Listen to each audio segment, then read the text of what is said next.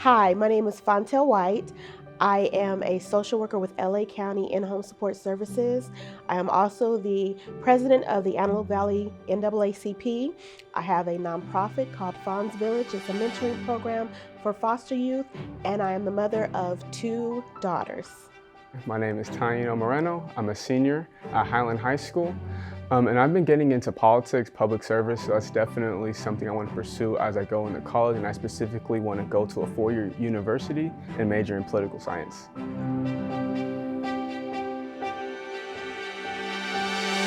My journey, first of all, with Fawns Village. I have 2 fathers that worked in social services and very influential in my life as far as working with kids.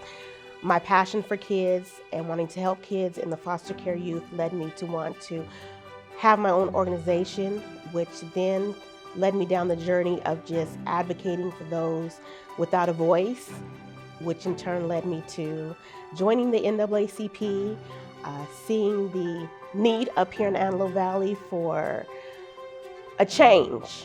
And we're here today with me being president and hopefully making a change. The summer going from freshman to sophomore year, the BSU met at my high school at like a park. So I went, I got to meet everybody, it was nice. And I realized they were all seniors. So that meant when I went into my sophomore year, they would all graduate. So I was like, so I'm gonna be left running a club as a sophomore and have no idea what I'm doing. I was like, wow, that's a great way to start high school. A neighboring teacher at Antelope Valley High School, he noticed the work I had done in my school, going from a club from 1 member to about 40, doing activities across the whole district.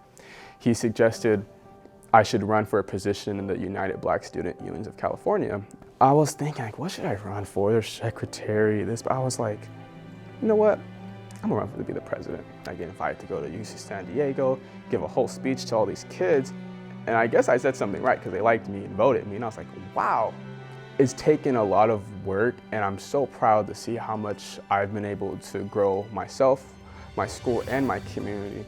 Looking back on my journey, looking back on the sacrifices not only my parents made, but the sacrifices I made to see both of my daughters go off to college, be something, become something of themselves.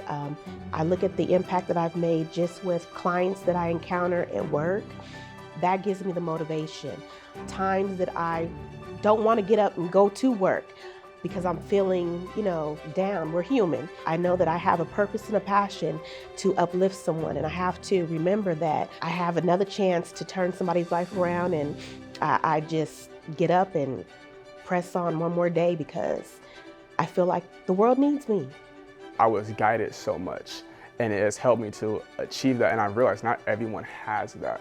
So I really could just see myself being that figure and talking to the people, the young people that don't have that, what I did, because I know what that can do. And I would hope in the future I can do that on a large scale. The impact I want to leave as a person, I would say, just know that it all meant something. That to know that everything I did, all the time I've given, amounted to something, and that knowing if I'm a really old man that I at least affected one person, I'll be satisfied with that. The most valuable lessons that I've learned throughout my career, nothing is handed to you. For one, you work hard, it pays off. It may not pay off when you want it to pay off, but it pays off. Stand for what you believe in. Even if you're standing alone, stand for what's right, because in the long run, you're gonna come out on top. So I think people think change just happens like that, but I've started to realize that's not true. Yeah, you have to take the time, and not everything's gonna move as quickly as you want. Some things might feel slow, and that's happened to me with different projects I've worked on. It feels like no progress is being done, but I've learned the more you keep trying and the longer you wait it out, if you keep going, you'll see the outcome you wanna see. It hit me one day that if I want to see change, I need to be that change. I have to be the one. And the places where change happens is in the political field. Some of the qualities that I teach to my kids are integrity, respect, being a team player, and having a good work ethic. One thing I do pride myself on, having good work ethic. I'm not perfect, but I do take pride in my job. I value my job, and I respect the job, so the job respects me. Use your resources, because I'm not gonna lie, there are a couple of times where I was just in the right place at the right time. But I'm also in the place where I am because I took the opportunity when I saw it. I didn't wait for it to be handed to me. Because if you wait for things to be handed to you, you're never gonna get it. Black History Month is not just a month, it's every day.